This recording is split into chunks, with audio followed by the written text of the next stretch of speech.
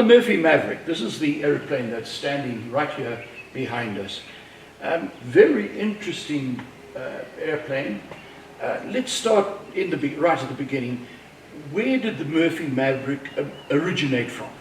As I understand, Darryl Murphy from Murphy Air in Canada is a renowned aircraft designer. I understand he was part of the design team of the Beaver de Havilland. This must go back many, many years. I don't know how long. But I believe Murphy Air has got a number of kit aircraft, of which the Murphy Maverick is the lightest one that he has designed. I think he targeted it for the microlight category or the ultralight category. So this is in that category, or in our case here, the light sport category. Light sport category. Yeah. And you've got a Rotax 912 80 horsepower engine up front. Let's hear a little bit about that. And yeah, the airframe was primarily designed to have at sea level operations a Rotax 503, lightweight engine, but it's a two-stroke, and it makes a funny noise, as you know. And it could also take the Rotax 582, but I opted for the four-stroke, the 912, which is similar weight to the Joubert engine, which many of these Murphy Mavericks have. So I found this engine. There was an airplane at Kitty Hawk standing in a hangar for many, many years, which had this engine in there. And I wanted to buy it from the owner, but for about 15 years he refused to sell it to me, and eventually he agreed. So I bought that airframe, and I obviously harvested the engine from it and some other stuff. now, does that hangar at Kitty Hawk, does that still belong to that owner, or does it belong to you now? No, that was in a different hangar. I still have two hangars at Kitty Hawk, two adjacent hangars where I keep the Lancer ES, and then later on, hopefully, when the other projects get finished, they can occupy the rest of that space. Now, let's get specific about this airplane. It's mainly all metal, and then what else? What are the other components? Yeah, it's a standard all metal construction fuselage, and the main wings have got the D section metal, similar to a Cessna 150, you know, but using fabric for the trailing edge, and the ailerons obviously makes it lighter, and then the tail feathers, they are also Joubert fabric, which makes it lighter again. And then you, of course, you need some bracing cables to get the structural strength that's required. And so the tail's also all fabric. Correct. And I understand you've done a lot of modifications away from the original plans. Please go through some of those with me. Well, having built mostly composite airplanes, where you can really shape and make it smooth and shiny, now getting into this airplane, which I kind of inherited from a friend who immigrated and couldn't build it. He bought a kit, he hardly started, and then he left, and long story short, I ended up with it, not really knowing what am I going to do with this. May I sell it again or whatever? But when I looked at the design, I thought, this is really, really clever. All the clever design stuff that old man Darryl Murphy had built in here was interesting, and so I thought, let me give it a go. And with the help of a very good friend, Douglas Smallman, who did a lot of the pop riveting for me, because I'm a composite guy. But at the end, I thought, this little boxy looking thing can look a little bit more aeroplane-ish if you put some composite parts on it that shapes stuff a little bit. So I've made about 30 parts that fits on this aeroplane for mainly for that purpose, but then also some functional purposes. How many rivets came with the kit?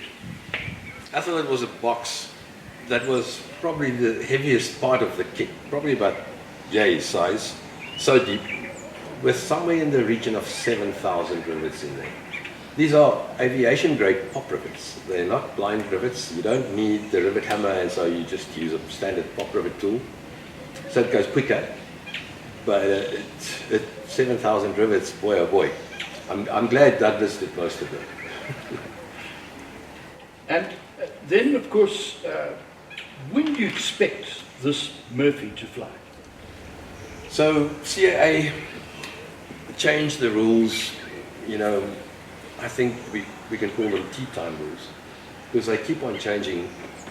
And every time I want to finally submit for the Approving Flight Authority, there's a new requirement or a new condition or something. And I could have done it already a year ago, but I'm expecting to do it in the next few months now, maybe with the help of somebody like Richard Nicholson or Pierre van der Walt, who's doing these things quite regularly. Now, once she's complete and you've done the proving flight and all the rest of it, well, let's talk about the proving flight, because you'll actually have to base this aeroplane at Kitty Hawk, I assume. Well, there are no particular directives as to where the base is, but that there has to be one, that's the directive. And there's a distance limit that you may fly from that base during the proving flight period. Yes. Now, the proving flight period is a very valuable thing. You've just built this airplane, and you need to specify, you know, the max of wall up weights, the stall speeds, and so on, and you don't know exactly what they are in order to put that on your final certification. So the proving flight period, which can be either 20, 25 or 40 hours, depending on what kind of engine and depending on the weather at CAA on that particular day. Or whether it's tea time or coffee time. No, right. So, yeah, I believe this might require a 40-hour proving flight period. So if you choose the base correctly, where you can at least fly to other airfields whilst you're building up these 40 hours, it'll be mighty boring if you have to take off and fly all around the same airfield and land at the same airfield for 40 hours long. So choose the base from where you're going to operate during your proving flight period carefully, such that you may go to other places. There are other restrictions. You may not carry passengers, you know, and so on, which is fine. Often you must do, because essential crew, if somebody sits there with a clipboard and he has to take notes. Yes. And then you get a qualified person to be A test pilot. essential crew, and then you may fly. In this case, only max, obviously 2 people, it's a 2-seater. Okay. And so you're likely to base it at Kitty Hawk? Yes, I think it's practical for me there. You've got a hangar there, your other toys are there, so that's the best place to keep it. It's probably going to be based there for the proving flight period, Yes. and then after some testing and some verification of the very low stall speed, which is around 28 miles an hour published. I'm going to come to the statistics now. Okay, yes. cool. So then I intend keeping it here on the plot, in my hangar here, with the 250 meter runway, which, as I say, after verification, it's probably going to operate just fine from here. Now, the statistics on this aeroplane, the stats, basically all up weight. As I said, Darryl Murphy's design acumen is clear. This aeroplane with the Rotex 902 in it is only 263 kilogram empty. Kilogram empty. Correct. And it'll be 480 max all up. Yeah, so that doesn't give you much payload, but it is a light sport aircraft. So, Yes. and it's intended for, you know, low and slow. No. And your cruising speed? The published cruising speed with the Joubert engine is around 80 miles an hour. Yeah. With my bit of extra fairing and very carefully designed cowling, I'm hoping that there will be a little bit less drag, and maybe I'll get 85 or 90 miles an hour. You know, that will do well, but that's definitely not the goal here. The Lancer ES is to get from A to B. The Murphy Maverick will be around the catch, and This is a puddle jumper. to the precisely to the breakfast at Brits, or you know, something near, say, Eneging or Middelburg, or so. Yeah. You're not intending to fly very long distances. No, definitely not. And with the given, what is the fuel capacity in the tanks? Oh yeah, well, as it is, the fuel tanks could either have been in the fuselage as a small header tank, but that restricts fuselage space, you know, cabin space, and I elected to build them in the wings. And so it ended up having 120 liters fuel capacity, which at, say, 10, 15 liters an hour will give you an awful long time in the air. But that's not the idea. The idea is to fly someplace and can be able to fly back without having to look for fuel, since we're going to use normal car fuel. I was going to say that will be MoGas. Yeah. Okay, normal car fuel. And just give me a little bit of an idea of what is the wingspan? Hey, I'm not too sure exactly to the centimeter, but it's about 10 meters. 10 meters. It's typically sized like a Cessna 150. Okay, and the nose to tail? Yeah, 7.5 meters. It's quite a longish tail dragger, so we expect it to be quite mellow and mild. And the inside cabin space, as I say, is typically the same as a Cessna 150. Side by side. A little bit of a baggage area behind it. There's a little bit more space. Because of the slightly heavier engine, which I had to get approval from Darryl Murphy to put it in, I calculated beforehand that we will be nose heavy, so I elected to build in some additional baffling and bulkheads, which allowed extra space for, say, those two little cubby holes at the back we will look at just now. Yes. All right, having the slightly heavier engine meant that I have to very carefully consider all the center of gravity conditions here, and I realized I would need a little bit of weight, near the rear of the aircraft, and therefore moved the battery there. And having calculated that, I realized that's still not enough. So I've afforded this bulkhead over here to also act as a useful feature in the aircraft, and that included these two little cubby holes here. As you all know, we got to fly around tie downs and a lot of books and some emergency equipment and so on. And there was no other space really in this aircraft, so this made this convenient to create some stowage space over there.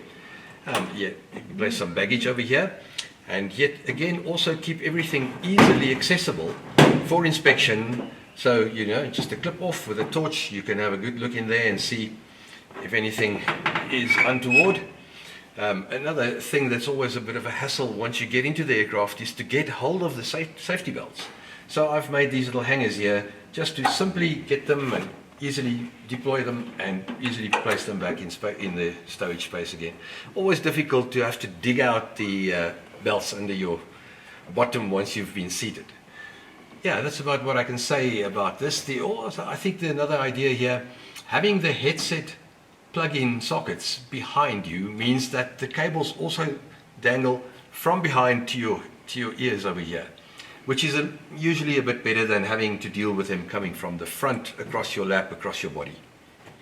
Always a problem when you're using a different engine in an airframe. How do you know exactly where the best position for that engine CG would be in order to make sure that the empty CG is going to be correct? And I've been lucky so far. The Lancer also required that exercise because the Lycoming is slightly heavier than the Continental. So I'd also had to rebuild my own engine mount similar to this to put the engine at the right place. And it's a lot of calculation, which seems to work out, but there's a bit of thumb sucking involved as well. So we're going to have a look at the engine now too.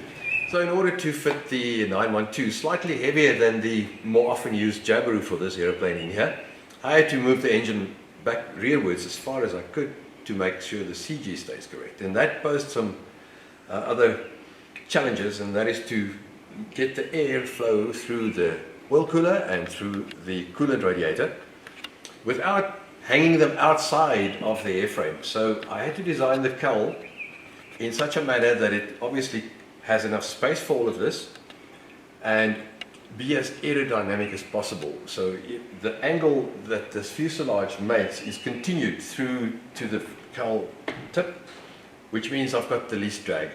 But that meant also I've got less space. So the only way that I could fit the oil can was to fabricate my own oil can that fits in behind the engine mount here. So it's a composite oil can, tested and temperatured for the proper operation. And the radiators I pressure feed with cold air by integrating a ducting system in the bottom cowl, which we can have a look at just now.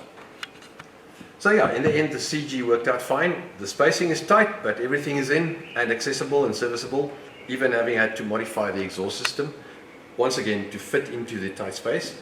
And also make sure I have enough airflow across the engine for cooling the electronics and not having stagnant air buildup, temperature buildup here, plus the proper pressure feeds to cool the radiators. Once you've completed this little baby, what next? You might have seen behind us there's a Lancer 360, which is the 2-seat retract version. I've got a great engine, which a friend on the Red Bull Airways built for me in the States. It makes more power for the same weight. I've got a good propeller, so that Lancer 360 will be the next project that I would like to finish. And then, of course, going back to my aerobatic period, which I thoroughly enjoyed and wouldn't mind doing again. There's a little Pitts S1D standing around, which is also begging to be finished. Fortunately, already also engine propeller available for that. And so I'll get into that, yeah, as time allows.